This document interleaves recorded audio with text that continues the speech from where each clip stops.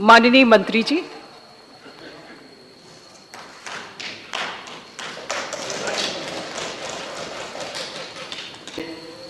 अनेकों प्रश्न ऐसे हैं जो दोहराए नहीं जाते और अनेकों उत्तर भी ऐसे हैं जो बतलाए नहीं जाते।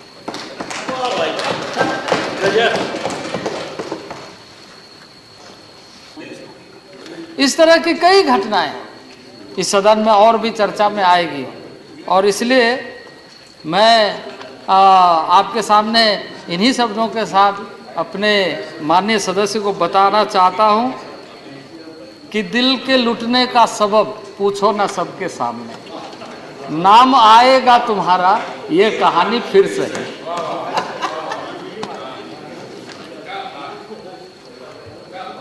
हमको किसके गम ने मारा ये कहानी फिर से ही, किसने तोड़ा दिल हमारा ये कहानी फिर से।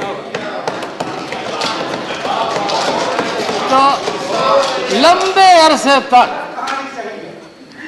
अरसे तक शासन करने के बाद जनजातीय समाज के ऐसे मुद्दे ज्वलंत बने हुए, यह हमारे लिए बहुत बड़ा सवाल है।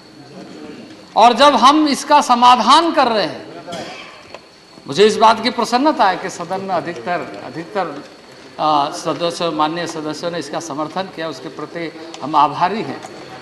लेकिन आदिवासियों के लिए इतना भारी रहे ये भी हमारे लिए दुर्भाग्य है।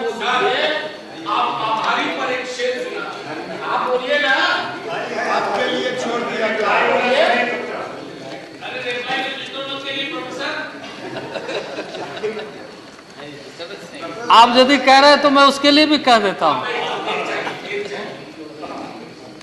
कुछ तो तेरे मौसम ही मुझे रास कम आए, कुछ तो तेरे मौसम ही मुझे रास कम आए, और कुछ मेरे मिट्टी में हवाओं में भी बहुत दम था, जिसके वजह से मैं ये कहूँगा कि आपने हमेशा इस बात को ध्यान में रखते हुए कि हमने इसको नज़रअंदाज तो किया है, लेकिन आज अंदाजे बयां में समर्थन भी किया।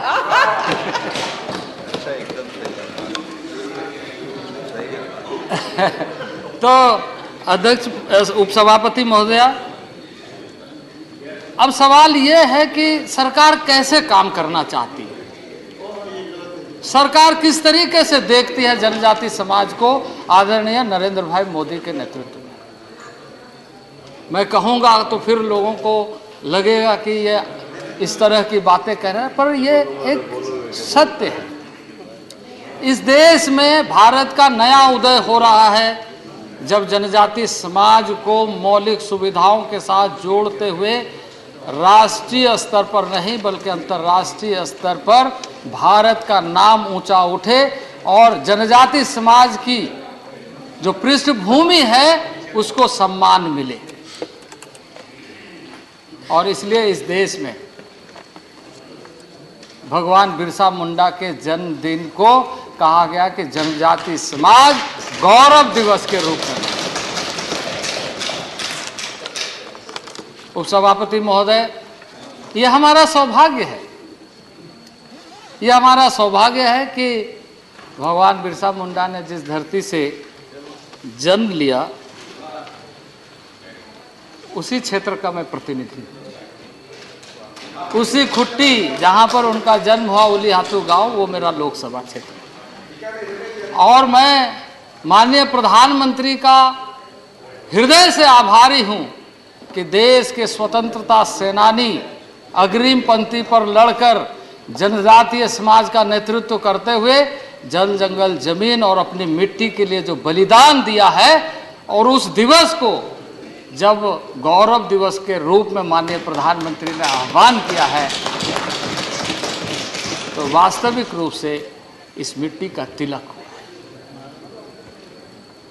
कि बलिदान देने वाले का सम्मान माननीय प्रधानमंत्री नरेंद्र भाई मोदी इस बात को जानते हैं कि देश का सम्मान वैसे लोगों के बलिदान से सींची गई धरती। वैसे लोगों के बड़ी श्रृंखला है। अब आपके सामने मैं कुछ बातों का उल्लेख करूंगा। लोग उस बात को लेकर हो सकता है कि अपनी सोच अलग रखते हों, लेकिन अभी जो टाटिया भील के मामले में जो बातें वक्तव्य आई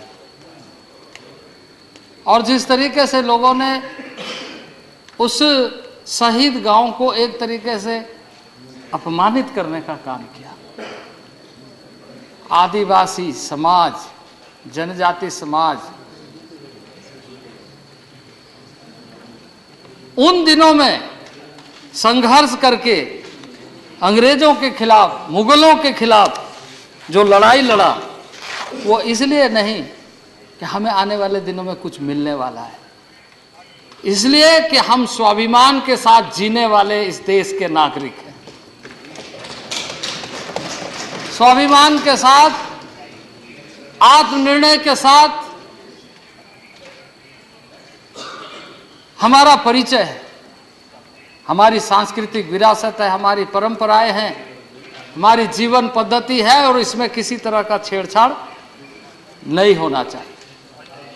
और कोई भी छेड़छाड़ होगा तो जिस शासन में, जिस काल में, चाहे वो मुगल काल में हो,